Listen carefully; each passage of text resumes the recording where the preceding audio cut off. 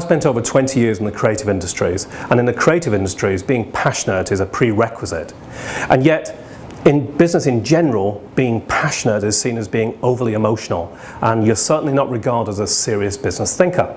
And yet if you run a business that deals with people or employs people, you better be passionate. We enjoy being around passionate people. People who are enthusiastic lift us, they can inspire us. So business should have that kind of passion, and leaders should also display passion.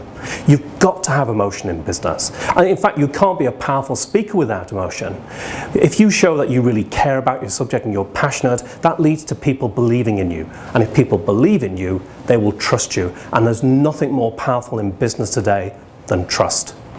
I've always been passionate about persuasion and influence. And when I say that to people, you can see them back off ever so slightly. They look a little bit wary, and they wonder if they can trust me. Because of course, the dark side of persuasion and influence is manipulation. And none of us like to feel like we're being manipulated. But persuasion and influence, and perhaps I should call it ethical influence, is about building rapport with people, which leads to belief, which leads to trust.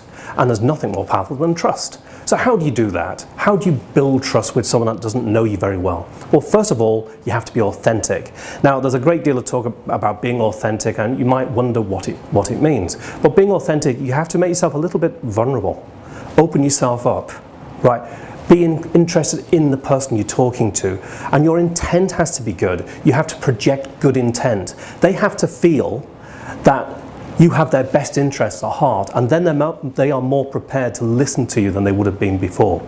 So if your intent is good and you listen, you truly listen, rather than when you're in a conversation, you're talking to someone and they're talking to you, and what you might do is start thinking about what you're going to say next, and you're not really engaged, you're not really in the moment. You have to concentrate on the other person, make them feel that they are the most important person in that moment.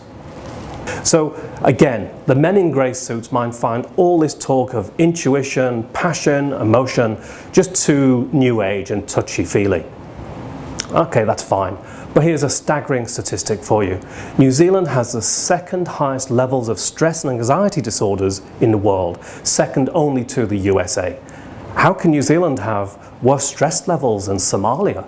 You know, it beggars belief. So that for me is proof that something's wrong and we could be doing things better.